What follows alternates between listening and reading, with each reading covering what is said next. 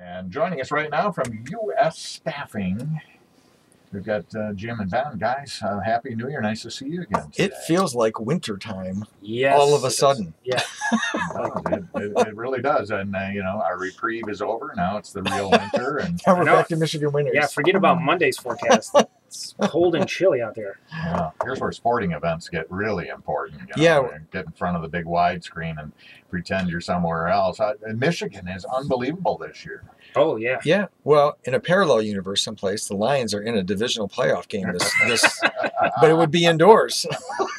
Yeah. And Chicago should be without the double doink. Oh, the double doink. Oh my God! I missed the game, so I had a couple nights ago. I looked it up and just rewatched it. Oh boy! Was it Chris Collinsworth? Yes. He's the one who said it first. Yeah. Yep. How could they do that? They've lost to the double doink. Yes.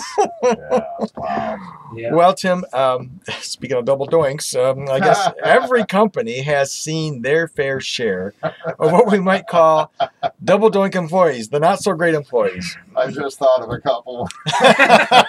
Their faces went by you. That's right. Yeah. Well, these employees have a way of breaking the scale on the bad excuses meter, like we like to call it, about why they do things a certain way or why they don't come to work.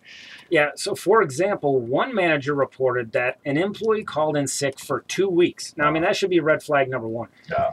If you're not in the hospital, what are you doing calling in? Yeah, that's right. Each day, he would email HR with an update of his condition.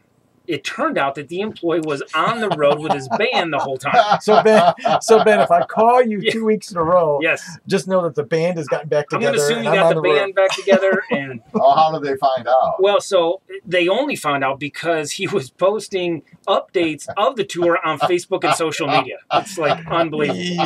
He burned himself on that one. Yeah. Well, that's just one example of what not so great employees do. Other employees double doink just before they get fired. But today we're not talking about that. We're talking about 5 things that all great salespeople do. They make the field goal. They make the field goal. They do not double doink. So this is from a December article by Joseph Curtis from the Harvard Business Review. Yeah, so Tim, U.S. Staffing is in the process of hiring a great salesperson. So we thought we'd share an article that we found out about some of the attributes of a really good salesperson while we're on our quest as well. And one of those attributes is that the best salespeople, they tend to, quote unquote, own everything. Meaning they take responsibility for things that happen to them and whether or not it was their doing. They don't adopt what we like to call that victim mentality, that victim attitude. Oh, woe's me, it happened to me.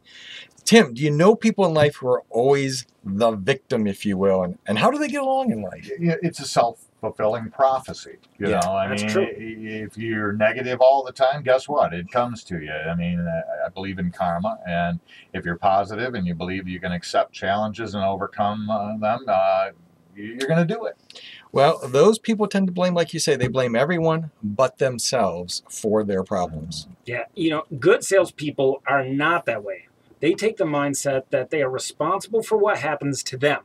Yeah. So the most significant difference between the middle-of-the-road sales performers and the top performers is primarily attitude. Somebody moved that goalpost as soon as I kicked it. That's what right. happened. Yeah. This article also suggests that the best salespeople are resourceful, sort of like that 80s TV character MacGyver, when he would turn a paperclip into a weapon. And the best salespeople are like that modern-day MacGyver, less the life and death scenarios, of course. They often, faced with difficult situations and time pressures, they're all willing to have, they negotiate things, jump over obstacles, armed only with their wits and their cell phones. The author of the article, though, also states that the best salespeople, they're experts. Tim, sales is less about selling and it's more about leading, and which requires high levels of confidence, which in turn requires knowledge and experience. Yeah, that's right. Gaining industry knowledge and having a strong point of view about the products being sold should be the top priority of any aspiring salesperson. Finally, the best salespeople help others. Regardless of where you are at in your career, there's always a chance to help somebody else. The best salespeople regularly pass their knowledge onto the less experienced salespeople with no expectation of anything in return. So Tim, you're in sales. Well, kind of. Yeah. Kind of, yeah. Oh, so, you're in sales for sure. Like, who is your mentor? Like, who trained you? Well, it's been a few different people that were not selfish about it. I mean, they saw the benefits in helping their fellow coworkers. Right. There's been a mentality that's kind of come into corporations in recent years where don't help anybody, they'll end up replacing you. Yeah. And, and that's very unfortunate. It and is. I've worked for some companies that had that very, very prominent. But now we've kind of gotten past that. We don't have that here. We help each other. Yeah. Which is how it should be, because, you know, the act of mentoring someone else itself helps build confidence in everybody. And it often results in that professional who is mentoring somebody into a promotion. Yeah, that's right. You know, maybe you're currently a salesperson looking to make a change. Now, if that's you, please contact us at US Staffing. We have an opening in our company for someone who can find new customers in multiple industries throughout the Mid-Michigan area.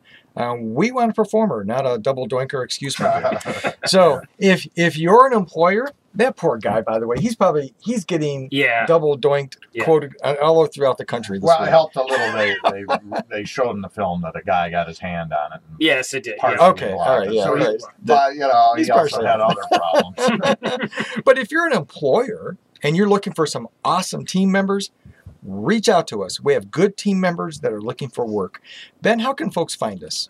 If employers and potential team members want to talk with us, they can find us on Facebook at US Staffing Agency. They can live chat with us on our website at US Staffing Agency. And they can come by our facility today, between 1 and 4, and we're having a ribbon cutting at our new location at the Mingus Creek Plaza at 5420 Beckley Road. Come by. There's going to be hors d'oeuvres, drinks. Come by and have a good time and celebrate our new location with us. Tim, bring the family over. Thanks. Yeah, well, the WBCK family. We could do that. You know, you talk about responsibility. Did you hear about that story about that coach? I think it was out in Colorado somewhere. Okay. And he had this automatic raise kick in, and he turned it down. Did he really? He said, you know what, I didn't really earn that this year, and our team didn't perform well. And I can't take an automatic raise. You need to change my contract. I'll work for the same money next year that I worked for this year. Wow, I did not hear about that. I didn't hear. That's admirable. I don't think Cody Parkey did that. Probably not. But that is a great example of setting the pace on how we ought to be. That is absolutely right. It should be performance-based. Yeah.